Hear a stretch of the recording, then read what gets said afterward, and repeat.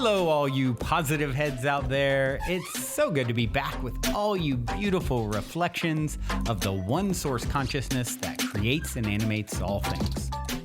If you're new to this podcast, of course, we're super happy to have you here. And if you've been listening and enjoying for a while, I would be super grateful if you would please take a moment to give us a review on Apple Podcasts.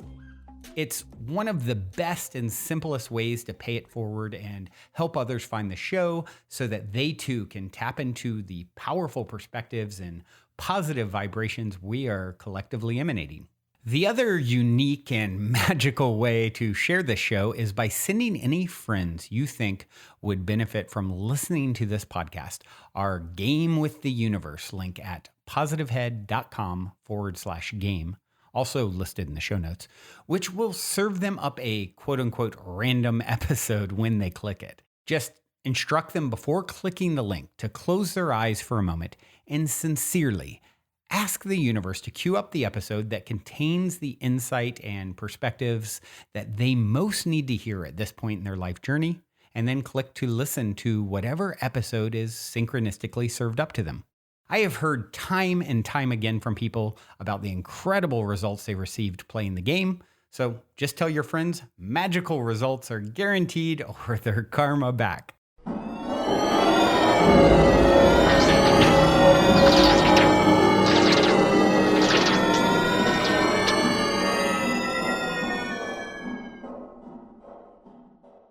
All right, all you positive heads, welcome back, one and all. Thank you so much for joining me today. It is always a pleasure to be here and co-create with you all. I've had an interesting last weekend that just passed, and so I'm going to talk a little bit about my experience over the weekend with trusting in the universe. And before I get into all of that today, I'd like to read a review. Y'all know how much we absolutely love to get these and how much it really helps for new listeners to find us. So we really, really appreciate you all when you write these. And today's review is by Christina St. Hare. Beautiful podcast with 5 stars. She says, so grateful for this podcast. I always get expansive views, affirmations, and downloads when listening to these beautiful perspectives. Thank you. Well, thank you, Christina. We really appreciate you writing that review for us, and we love you so much. So speaking of perspectives and expansive views, this is what happened to us. I should say us because both me and my fiancé, Brian. So we were... And I shouldn't say it happened to us, right? Everything happens for us. So nothing happened to us. This happened for us so that I could remember what I already knew and then share it with you all. So we were at Disclosure Fest, which is an amazing event. So maybe next year, if you all didn't get to go out there this year, you could plan on going next year. It's a one-day event, donation-based event in LA Historic Park. And wow, just what an amazing day. There's so much going on. Speakers, amazing music, and ceremony, and there was a tantra tent and all sorts of great vendors and vegan food and yoga. It was a day filled with just love and community and unity and just fun. Everybody was having fun. Everybody was expressing their most creative side. And it was just a absolutely beautiful day. So the kicker for me for the day was I was super excited to see Nahko at the end. He was the headliner at the end of the day, and I was looking forward to it for weeks coming up to it because I absolutely love Nahko. And so this was like the one thing of the day that I was super excited about. So time comes and Nahko gets on stage, and I couldn't have a bigger smile on my face. And my fiance, who's behind me, and now we love Nahko. Nahko has been the music has been an integral part of our relationship. And so it's very special to us. And so he starts going, and I can feel Brian behind me, like getting nervous and starting to look for something. And I think to myself, oh no, he doesn't have the keys. Now, Given we're like on like 32 acres, our car is parked blocks and blocks and blocks away. He dropped me off and Ubered to the event because there was just no parking. So our car is pretty far away and he doesn't have the keys. We have no idea where the keys are. So he says this to me in the middle of maybe Nahko's second or third song. And I was like in my glory, so excited about just singing along with Nahko. And so he starts telling me this and I luckily I knew it was coming. So I already was able to let it go. But when he told me, I just said, you know what? It's okay. And right now, let's not worry about it. Right now, I just want to do this. I want to just enjoy this concert. Like I want to do nothing else right now, but sing with Nahko and enjoy this moment. I don't want to stop this to go arbitrarily look for a lost item because at this moment, I don't care. I don't care because I'm so happy and content in this moment. I don't want to leave it. So Brian decides while there's still some light out, he's going to go look for the keys. So unfortunately, he missed a little bit of Nahko. He never found the keys, which was fine. He came back and said, no keys. And I still had the same attitude of don't care. I don't care. They're going to show up. I just know it. So I'm not going to worry about this now. I'm not going to let it in any way, shape, or form to disrupt my happiness at this moment. And what's interesting is that Nahko has a song called Black as Night. And in that song, there's a line at the end that says, "You've got the keys." And that's always been kind of a funny thing with Brian and I, because our keys happen to be this issue where we're always like, who's got the keys? You got the keys? All right, cool. So then we wind up singing each other that line. So Nahko plays the song Black as Night. And I was so excited because I turn around to Brian and in my mind, and I am serious, like there is no other possibility allowed in this scenario besides we're finding the keys. That's it. We're finding the keys and there's no other option. So I turn to him with this strong intention and I sing to him those words. You got the keys. Okay. You got the keys. Don't you worry about it. We've got the keys. We're not even going to at all for a second think otherwise. So we just had to get out of our own way with it and just know and trust that the universe has our back, that there are thousands of people at this event, all conscious, all beautiful people, all people who I know when you find something that someone lost that they really need, they're going to go and turn it into the lost and found or someone that can help. So I just trusted in that knowing. And after the concert was over, then it was time to go and see if we could find the keys. So then luckily, I knew a bunch of people who were running the event. And so I told them and I asked any people who I saw who were cleaning up or breaking down stages towards the end and nothing. We went to the lost and found again at the end of the night and still nothing. And now Brian is starting to go into, problem solving man mode, and which is beautiful, but he's thinking like, let's go get a locksmith and get a new key made and all these things. And I'm like, no, the keys are going to show up. There's no way I'm going to sit here with our 10-month-old baby who already needs to be in bed to do this when I know the keys are coming. They are coming. We just need to wait. Let's just get in an Uber, go home, go to bed. And in the morning, I know for a fact we will have our keys. So guess what happens? I go to bed. I set a clear intention before bed. Remember, in that space before sleeping, like when you're just about to fall asleep, is a really great place to create your reality. So I set that intention of having the keys in my hand and felt what that would feel like. 20 minutes later, Brian got a phone call while I was sleeping that they found the keys. And of course they did. Because we trusted in the universe. We knew. We absolutely did not allow any other option. And we stayed in our joy in the moment. So that was a really nice lesson, or a remembering for us, because how often do these types of things happen in our daily life and we allow them to get us all disheveled and they take us out of our moment, and then we worry about them and stress, and then everything is fine. Everything always works out. We survive it, and chances are you forget about it or laugh about it later. So in those moments, we just need to remember to get out of our own way, that the universe has our back. Always, always, always, always. So of course, I found a Abraham-Hicks clip that talks about how to trust the universe. And it is called just that, from the Life and Happiness YouTube page. Take a listen. Hello. Been to many Abrahams, and I typically don't have a question. When I first started coming to Abraham, it didn't make sense. I was forced to come here. Really.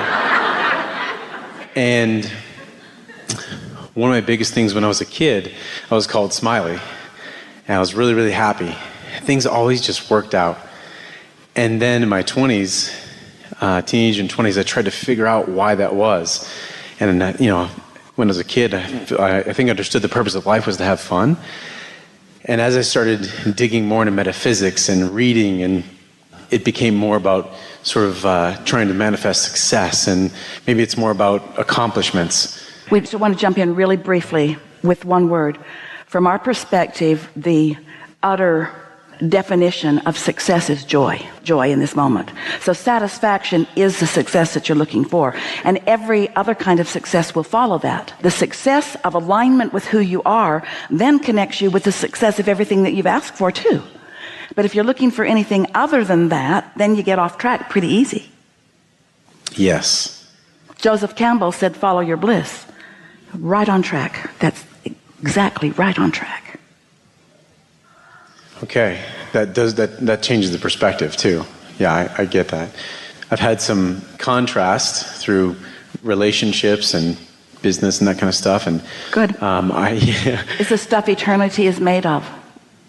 Say that again? Contrast is the stuff that eternity is made of. Without contrast, there cannot be clear choices. And without clear choices, there cannot be new creation. So contrast isn't you doing something wrong. Contrast is life serving you, serving your evolution. And once you're really good at focusing quickly, then contrast doesn't bother you at all. You just see it as opportunity to choose. Because contrast doesn't defeat you when you're in the driver's seat of choosing.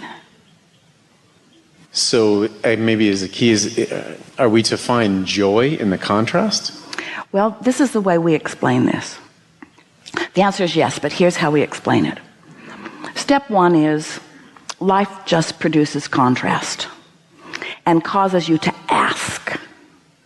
So without even maybe putting words to it, if someone's rude to you, you want them to be nicer. And if you don't have enough money, you want more money. It's that simple. Life causes you to ask, even if you don't put words to it. Once you've asked, your inner being is all over it. Your inner being, who stands as the receiver of your evolution, becomes the vibrational equivalent of each new asking. So step one is you ask. Step two is it's answered. But it's a vibrational version that humans don't want to admit is real at first. Step three is admitting it's real. Step three is accepting that it has been asked and answered and that it does exist, and then finding a way to get into the receiving mode of what you're asking for. Because it's constantly being revealed to you, but you've got to get in a receptive mode so that you can receive what's being revealed. It's like the radio station can transmit the message or the music, but if you don't have your tuner set, you're not going to hear it. So you've got to set your frequency to that frequency, which means you can't be in doubt or fear and hear it.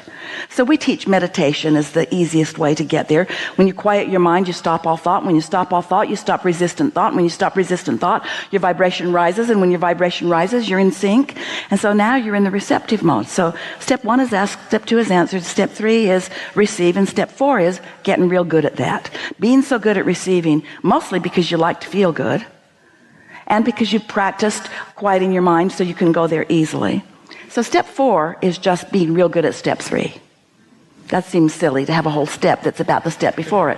But the receiving mode, it's not like a college degree where once you accomplish it, it's yours forevermore. Hang the plaque on the wall, I have received. It's not like that, because it either is or it isn't in the moment, depending upon how satisfied you are, depending on what you're doing with your thoughts. So step 4 is maintaining some stability there. And then step 5 is what you were just talking about. Step 5 is being back in a contrasting moment, and hear this, often because your inner being inspired you there because you want more expansion. Because if you want expansion, that means you want answers. And if you want answers, you need questions. If you want expansion, you need solutions. And if you want solutions, you need problems. Would you agree?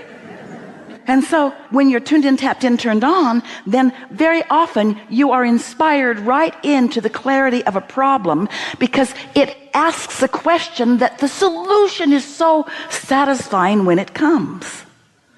It's not failure on your part. It's nothing for you or anyone to be disappointed about. It's the process and understanding the process and being at one with the process. And then once Esther caught hold of that, when something wonderful would happen in her life, she'd say, I did that. And when something not wonderful would happen, she would say, I did that too. Because she understood that it's part of the clarifying process. But it's certainly not anything to lose your happiness over.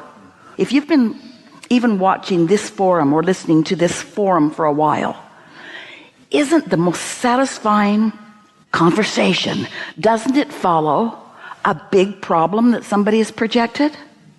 Or a big question? Our answers are only as good and as big as the question. If you've got a tiny little question, we got a tiny little answer. If you got a great big question, we got a great big answer.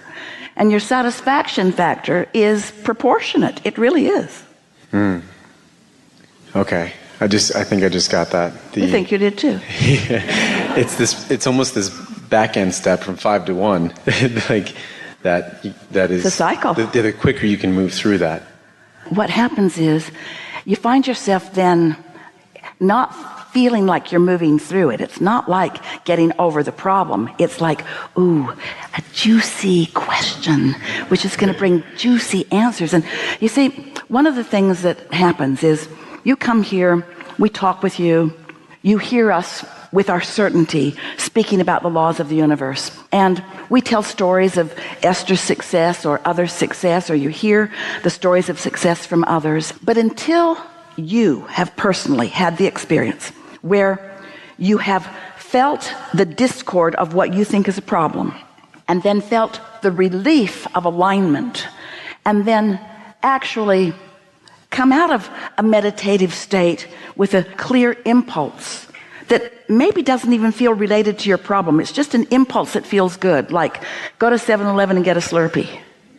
But the impulse is so strong and it feels so good that you do it.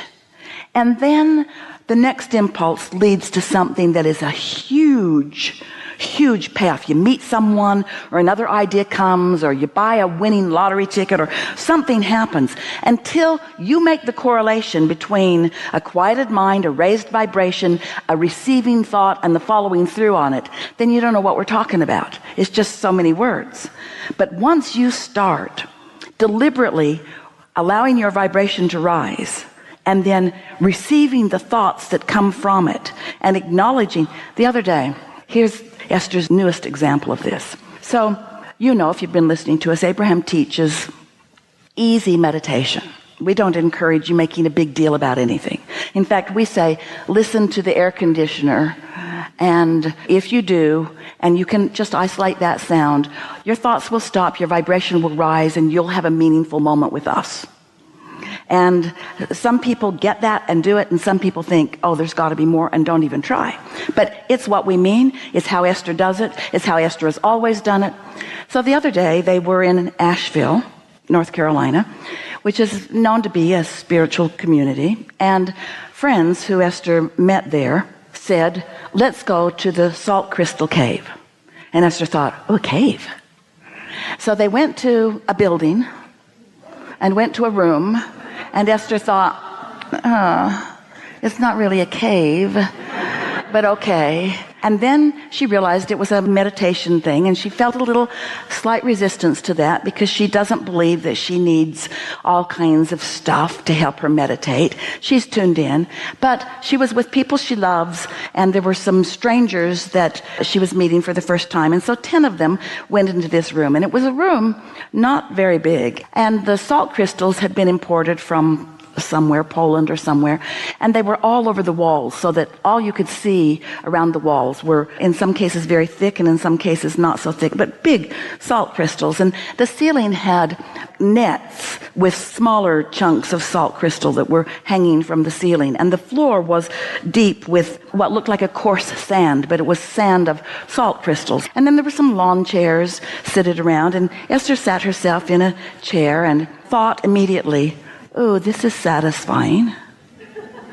The temperature was perfect, and there was a water fountain dripping, delightful sounds, and the fragrance of eucalyptus was very soft in the room, and music, really quiet, beautiful music. And Esther sat back in her chair and thought, I love this.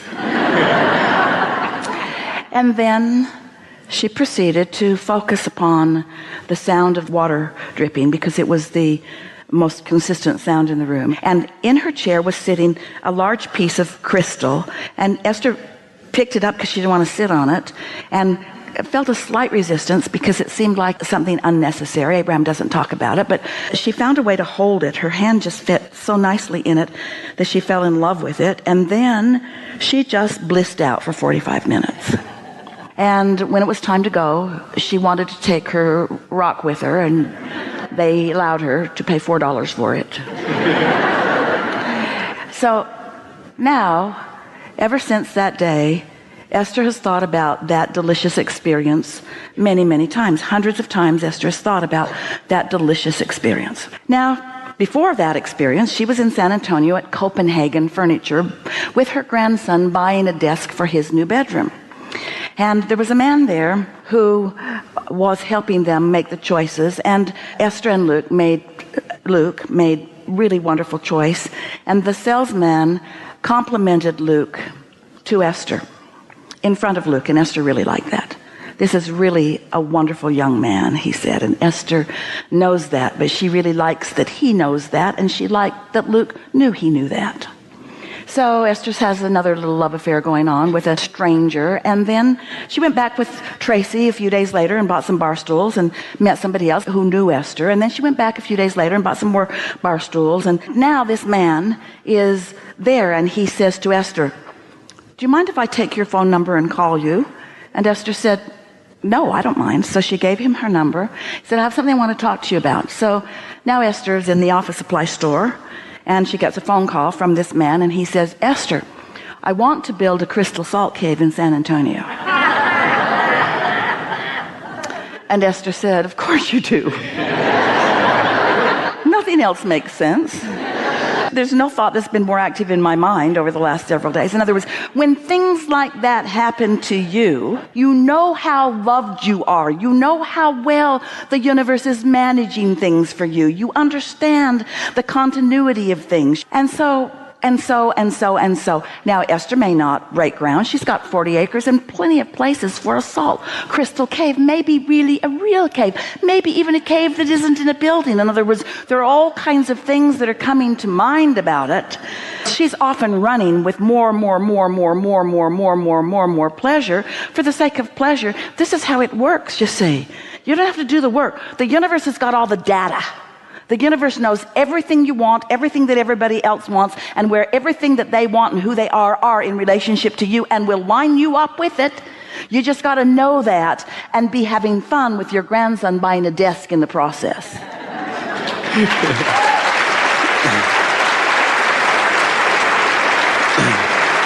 And Esther doesn't even believe in the necessity of a salt crystal cave for meditation. She just liked it. She might be the only one who ever goes in it.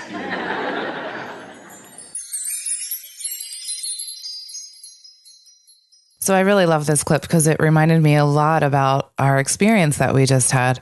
And she starts off with talking about the definition of success being joy in the moment. And when you can follow your bliss, then that is the definition of success right there. And we did that. So we succeeded before we did anything, which is really nice. She said that contrast is the stuff that eternity is made out of. And without it, we can't make clear choices. And contrast is actually what serves us in our evolutionary process. So we can see this contrast as opportunities to choose, then it never defeats you. So I had a choice in this moment of losing the keys.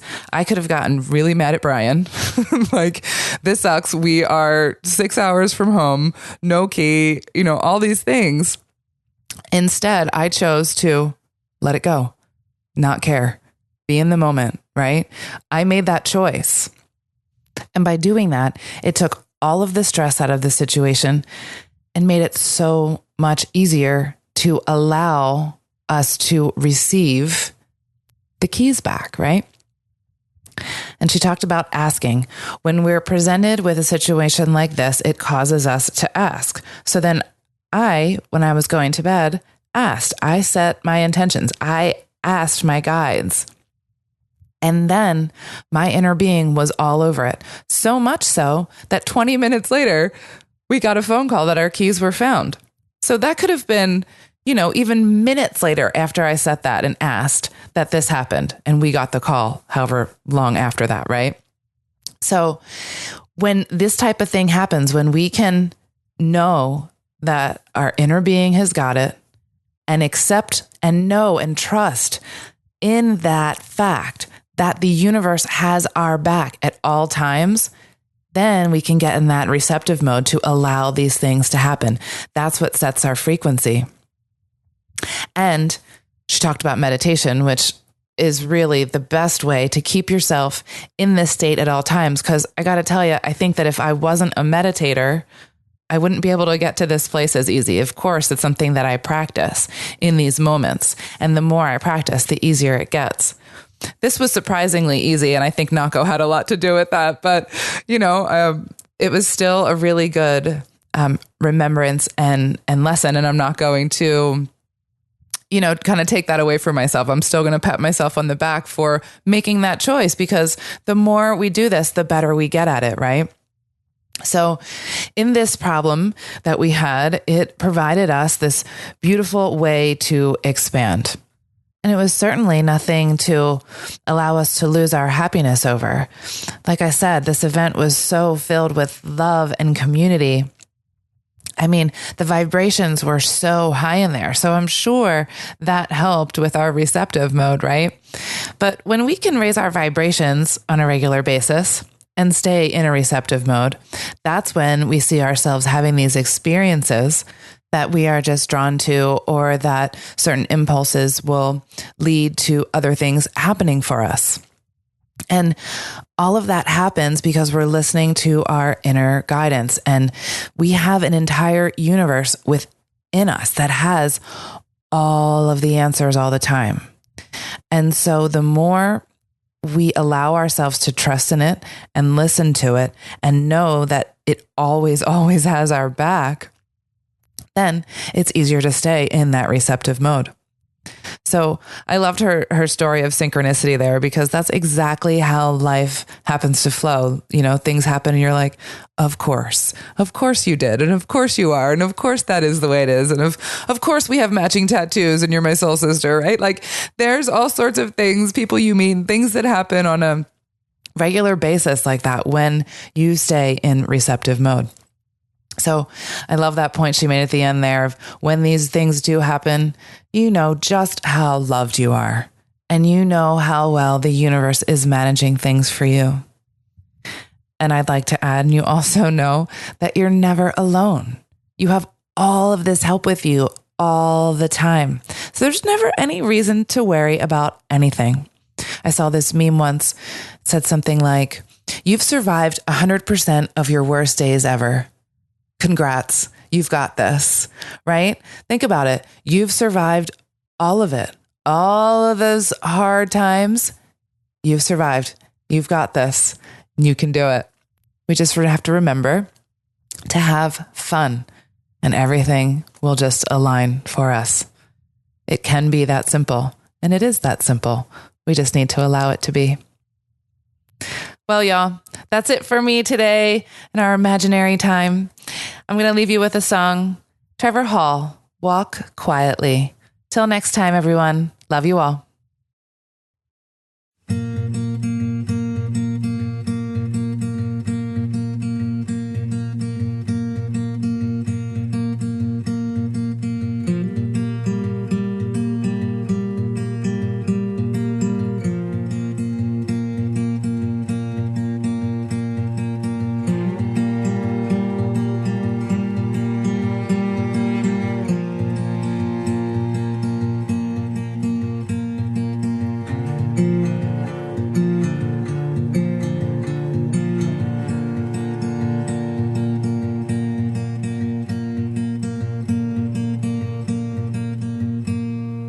Tell me, do you see those horses riding in my dreams?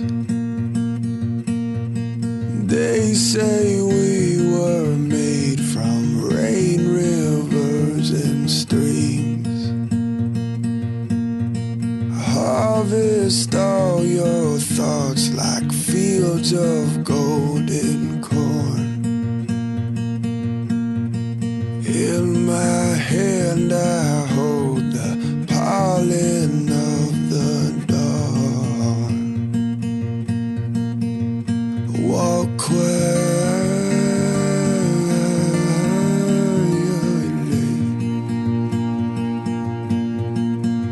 Walk quietly.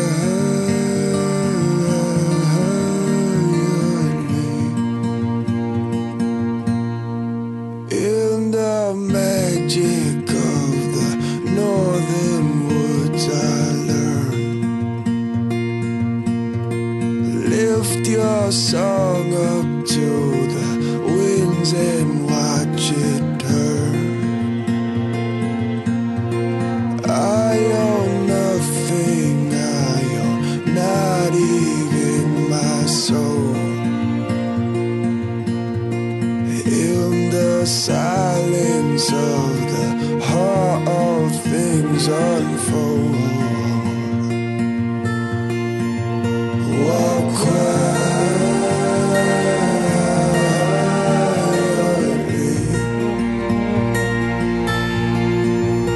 Walk quietly.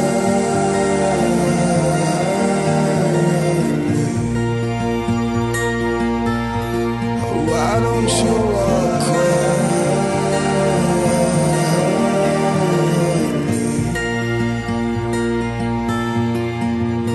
Walk quietly.